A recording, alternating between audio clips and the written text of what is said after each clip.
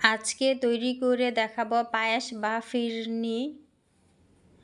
প্রথমে গরুর দুধ নিয়ে নিয়েছি 4 কেজি পরিমাণ, দিয়ে দিয়েছি পোলার চাউল, তেজপাতা, এলাচ দিয়ে দিয়েছি।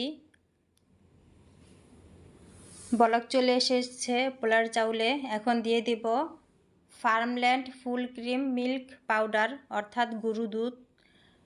হালকা কুসুম গরম পানিতে গরুর দুধটা গুলিয়ে নেওয়া হচ্ছে।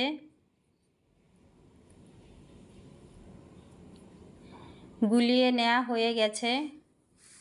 এখন হাঁড়িতে দিয়ে দিব আস্তে আস্তে করে।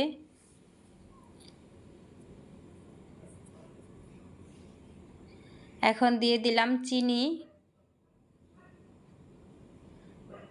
তলাতে যাতে লেগে না যায় কিছুক্ষণ পর পর চামচ দিয়ে নাড়তে হবে।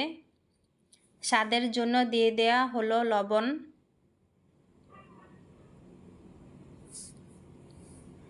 কিছু কিশমিশ পানিতে ভিজিয়ে রেখেছিলাম, নরম হয়ে ফুলে উঠেছে। এখন কিশমিশগুলো দিয়ে দিব। কিশমিশগুলো দিয়ে দেওয়া হয়ে গেল। পোলার চাউলটা সুন্দর করে সিদ্ধ হয়ে গলে সফট হয়ে গিয়েছে। এই তো রান্না কমপ্লিট হয়ে গেল। এখন 1 টাইম কাপে ঢেলে নিব। সবগুলো কাপ এভাবে ভরে নেব।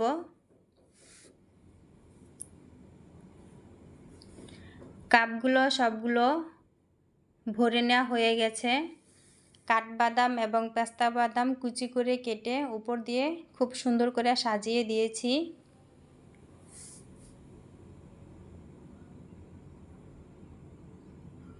এখন কিশমিশ দিয়ে আবারও সাজিয়ে দেব। এই তো তৈরি হয়ে গেল লোভনীয় স্বাদে পায়েস বা ফিরনি। রেসিপিটি কেমন হয়েছে কমেন্টে জানাবেন। আপনারা এভাবে বাড়িতে রান্না করে খাবেন। এই স্বাদের কথা জীবনেও ভুলবেন না। একবার খেলে বারবার খেতে মন চাইবে। খুব মজার খাবার। ছোট থেকে বড় অনায়াসেই সবাই চেটেপুটে খাবে। আল্লাহ হাফেজ।